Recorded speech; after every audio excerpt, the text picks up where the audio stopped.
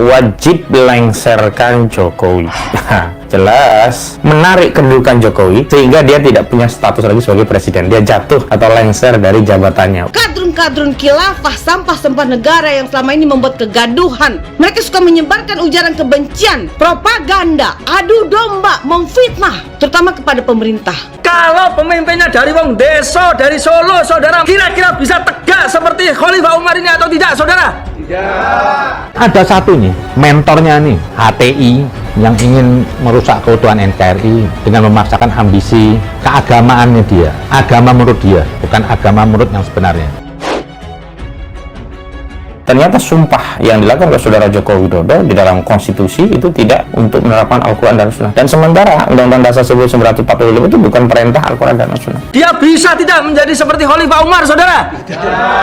Ini hanya ada ketika di dalam kepemimpinan khilafah persatuan yang adil ini, saudara. Takbir! Kalau benar Anda menemukan satu sistem yang diajarkan secara persis oleh Al-Quran, Al-Hadis tentang khilafah, saya jadi pengikutnya. Saya akan mengkampanyekannya. Tapi pasti itu tidak ada karena saya sudah berkeliling pesantren, berkeliling perguruan tinggi. Saya tanya mana sih dalilnya? Nggak ada. Lalu kalau saya lihat fotonya, ya tampang sih, tampang kurang gizi, orang nggak jelas. Wow, ternyata dia memang benar kadrun. Menegakkan khilafah. Dalangnya ini masih terus saja berkibar-kibar, nyerocos terus. Pancasila yang kita buat ini adalah Indonesia ini sudah khilafah sebenarnya dalam konteks ini. Ketika khilafah yang berdiri pada bentuk kekuasaan internasional menghilangkan sekat-sekat negara. Orang yang melakukan pembangkangan itu bugot adalah orang-orang yang melanggar dan itu hukumnya haram. Tinggalkan seluruh hukum dan sistem jahiliyah dan tegakkan hanya syariat Islam saja. Kepemimpinan yang tidak menerapkan khilafah ini itu masuk 3 kategori: zalim, fasik, bahkan kafir gitu. Karena Saudara Joko Widodo tidak memimpin untuk menerapkan Islam. Kalau benar Anda menemukan satu sistem yang diajarkan secara persis oleh Al-Quran, Al-Hadis tentang khilafah, saya jadi pengikutnya. Saya akan mengkampanyekannya. Tapi pasti itu tidak ada karena saya sudah berkeliling pesantren, berkeliling perguruan tinggi. Saya tanya mana sih dalilnya? Nggak ada. Yang mengatakan bahwa khilafah ini adalah ajaran Islam. Dari mana? Jangan kerdilkan Islam seolah-olah Islam itu mewariskan sistem politik yang penuh darah itu.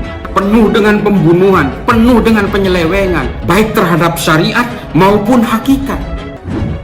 Maka kami akan bersungguh-sungguh berjuang untuk menerapkan syariah Islam secara kafah dalam naungan khilafah. Takbir! Takbir! Takbir! Kita harus hati-hati karena yang seperti ini, kelompok yang tidak mengerti, selalu melakukan provokasi dan menyatakan setiap kebijakan pemerintah itu salah. HTI adalah organisasi terlarang yang ingin menggantikan ideologi bangsa, tentu harus dibubarkan. Negara ini dirugikan apa oleh HTI? Tunjuk satu saja kerugiannya. Begini, bagaimana sistem pemerintahan kita, dasar negara kita itu harus diganti. Itu salah enggak? Salah kan? Salah enggak? Itulah radikalnya. Itu persoalannya. Di mana letak kesalahan bendera ini? Ini kalimat mulia. La ilaha illallah Muhammadur Rasulullah. Lah kalau kita dipaksa menjauh dari agama kita, menjauh dari kalimat tauhid, ini kan sama saja ingin menjauhkan umat Islam dari agamanya. Patokan dasar dalam perjuangan Islam itu substansinya, bukan simbol-simbolnya, bukan namanya, bukan benderanya. Saya punya bendera tauhid banyak macam-macam. Nggak pernah saya melarang bendera tauhid. Tetapi bendera tauhid yang disalahgunakan untuk menekan orang lain, untuk menjelekkan orang lain, itu yang saya lawan. Negara Pancasila ini sudah final. Kalau ada yang keluar dari Pancasila, dari Undang-Undang Dasar 45, dari NKRI, dari kebinekaan kita, itu hal yang sangat fundamental sekali. Kalau ada ormas yang seperti itu, ya kita gemuk. Saya Jokowi, saya Indonesia, saya Pancasila. Khilafah bukanlah sesuatu yang baru terdengar di telinga banyak warga Indonesia. Khilafah mulai diperkenalkan semenjak organisasi Hizbut Tahrir Indonesia atau HTI bertandang di negara merah putih ini. Setelah organisasi eksklusif ini dibubarkan oleh pemerintah, khilafah mulai hilang kendali, sehingga ia berjalan bagai anak ayam tanpa induknya. Seperti diketahui, Ahmad Qosinuddin pernah menjadi pengacara Gus Nur yang terdakwa kasus ujaran kebencian dalam ceramah-ceramahnya.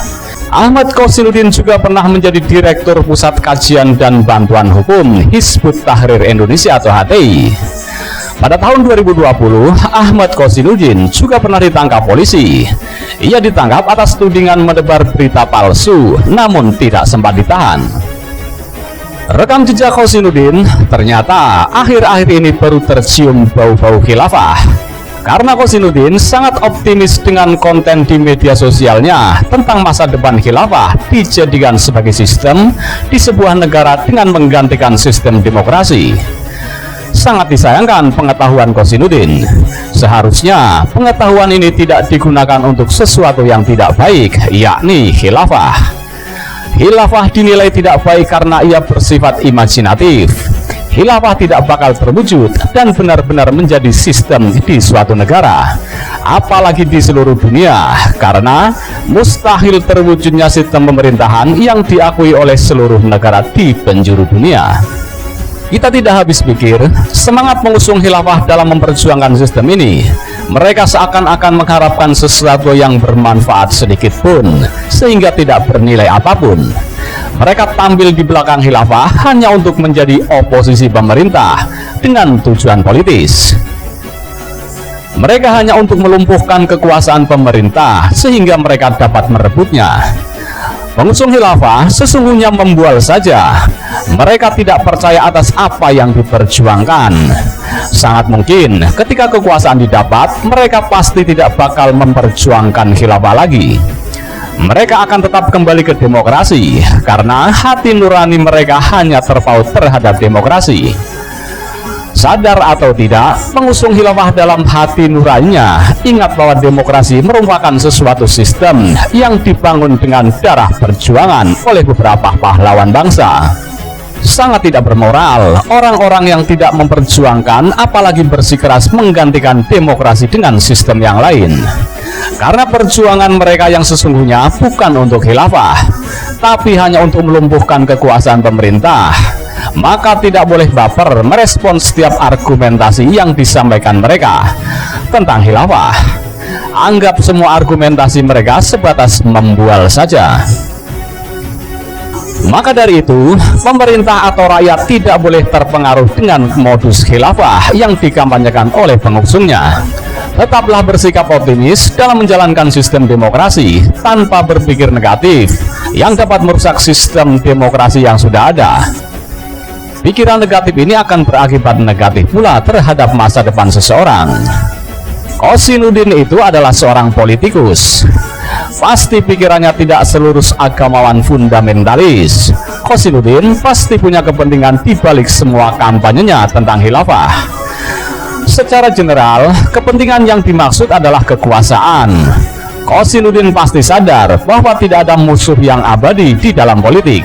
Sebaliknya, tidak ada teman yang abadi pula di dalam politik. Boleh jadi sekarang di saat berjuang menggapai kepentingan yang dirahasiakan, Qosinuddin masih sangat soulmate dengan pengusung khilafah.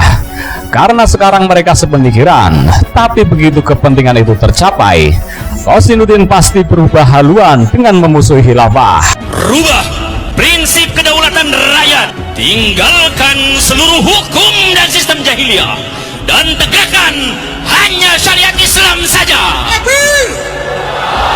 Yang harus kita lakukan di dalam perubahan besar ini adalah menegakkan khilafah, khilafah, khilafah, khilafah, khilafah, Khilafah. Song-songlah perubahan besar dunia menuju khilafah. Takbir, takbir, takbir, takbir. Kibarkan raya Allah.